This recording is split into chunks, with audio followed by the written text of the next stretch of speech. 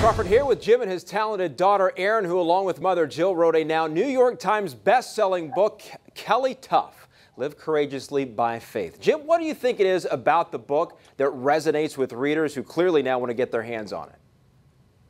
Well, it's as Erin stated many times in many interviews, it's really not about the Kelly name Tough, even though we've been through so many things. But I think from her perspective that we want readers to know that, just living courageously by our faith. We all go through things in our life. It's what you do about us, and staying strong and being positive to the people that are struggling. It's not just about my cancer fight. It's from Erin's standpoint. It's, she's been through a lot during the course of her life, being the older sister of a little boy named Hunter, who was born on my birthday, Valentine's Day. And as Erin saw him growing up to be, 4, 6, and finally passed away at the age of 8 years old, how she had to be very strong for not only Hunter, but for her mother and father, and then ultimately her little sister too. And then how I brought her up to stay strong and stay tough when she was playing sports. And now all of a sudden, was she going to lose the other man in her life, and that's her daddy, and how she had to be strong through all this, and just being, keeping your faith in the good Lord, and making sure that when things do go wrong, when things don't go the way you want, it's what you do by staying strong and staying tough. And that's, to me, what this book is all about. This was a battle your family faced together, but largely in private. At what point, Erin, did you decide you wanted to tell the story in a book, and how did you approach it with your dad?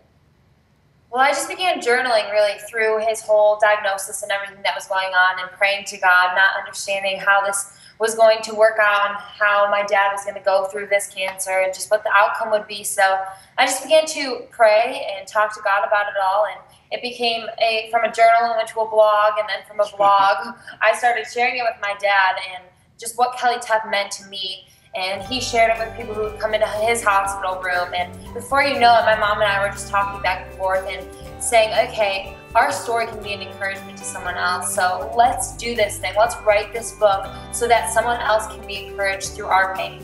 And then you were supportive, Jim, I'm assuming? Oh, yeah. A little questionable at the beginning, because I am a very private person, and I really, to be honest with you, didn't want anybody to know. I just wanted to, live at home and go through what a lot of people go through. And of course, after listening to my daughter and listening to my wife, how much of an encouragement we were when my son Hunter was battling through what he was going through, and how we had to keep on being strong for people out there that had a child or had a loved one going through some struggles, and how much we were an inspiration for them back then. And all of a sudden, how my wife and Erin, how they talked to me about it, how we can be an influence for other people out there. And it didn't take me very long to realize that they were right again. So it's just a matter of Erin, as she stated before, putting her words and her heart on paper.